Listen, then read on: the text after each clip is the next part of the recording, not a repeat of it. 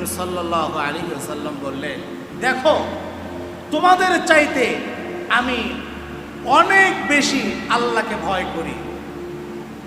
আমি রাতের বেলায় ঘুমাই এবং সালাত আদায় করি। আমি মাঝে মধ্যে সিয়াম রাখি এবং ছেড়ে দেই। আমি জীবনে বিবাহ করেছি এবং পরিবারের দায় দায়িত্ব ভরণ পোষণ বেয়ার করি।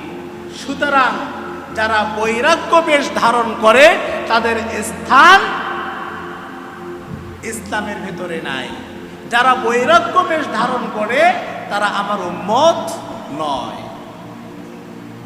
সম্মানিত উপস্থিতি, এই হাদিসের মধ্যে আমরা কি জানতে পারলাম? যে সব সময় সালাত আদায় করাই ইবাদত, সব সময় সিয়াম পালন করাই ইবাদত। আল্লাহর ইবাদত করতে গিয়ে আপনি পরিবার পরিজন ছেড়ে এক জায়গায়